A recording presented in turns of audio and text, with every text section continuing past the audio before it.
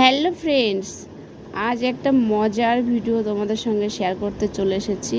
লম্বা অনেক বড় লং ভিডিও নিয়ে। প্লিজ কেউ স্কিপ করে চলে যাবে না, আমার পুরো ভিডিওটা দেখবে কিন্তু, কারণ আজকে হচ্ছে জামাই ষষ্ঠী।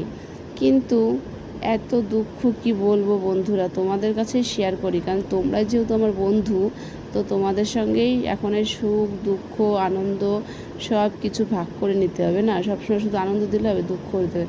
তো সকাল থেকে ভীষণ মন মরা হয়ে বসেছিলাম। সবাই যাচ্ছে, যে দেখছে বলছে কী ব্যাপার, জামাই ষষ্ঠী যাচ্ছ না, এখনও বাড়িতে রয়েছো।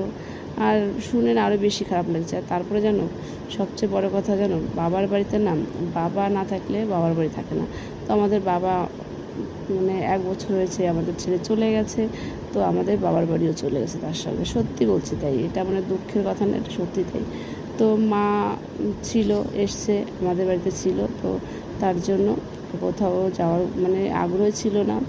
তারপরে কি করব, হুট করে আমার বড় ছেলেটা গেছে দিদির বাড়িতে বেড়াতে, গরমের ছুটি পড়েছে, ভীষণ বিরক্ত করছিল। তারপরে ওকে রেখে এসেছিলাম। ও তারপরে আজকে দিদি তবে দুপুরবেলায় ফোন করলো যে তাহলে আয় আমাদের বাড়িতে, ওকে নিয়ে, ও বিরক্ত করছে, নিয়েও যাবে, ঘোরাও হয়ে যাবে।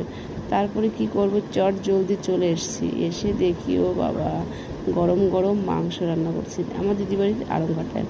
তো তারপরে সেইভাবে দেখো টো পাটা করে কোনো মতে রেডি সেডি হয়ে বেরিয়েছি বগলায় এসে। সত্যি কি বলবো, আমি নিজেই লজ্জায় পড়ে গেছি যে আজকে জামাই ষষ্ঠীর দিন সবাই কি দারুণ মেয়ে জামাই সাজুগুজু করে বেরিয়েছে। আর আমাদের কপাল খারাপ হলে যা হয় কিছু বলার নেই, যেহেতু বরের সরকারি চাকরি, তো ওরা সরকারি চাকর, ওদের কোনো ছুটির কোনো অন্ত নেই। তো চলে গেছে আমার হাজব্যান্ড ডিউটিতে, আর আমি চলে এসেছি। তারপরে দেখো, এসে দিদিদের বাড়িতে খাওয়া দাওয়া সেরে দুপুরবেলায় আবার এই যে এখন বাজে বিকেল 5টা, রেডি সেডি হয়ে আমার দিদির ননদের মেয়েকে নিয়ে আর আমাদের 3 ছেলেকে নিয়ে এদের এইখানে যুগলের মেলা হয় 1 মাস ধরে। তো মেলাটা প্রত্যেক বছর আসি, অ্যাটেন্ড করি, সেই মানে কম বেশি যেটুকু টাইম থাকি আসি। তো এবছরও সেইভাবেই। তারপর দেখলাম দিদি বলছে এসছে যখন, তাহলে একটু মেলায় ঘুরে আয়।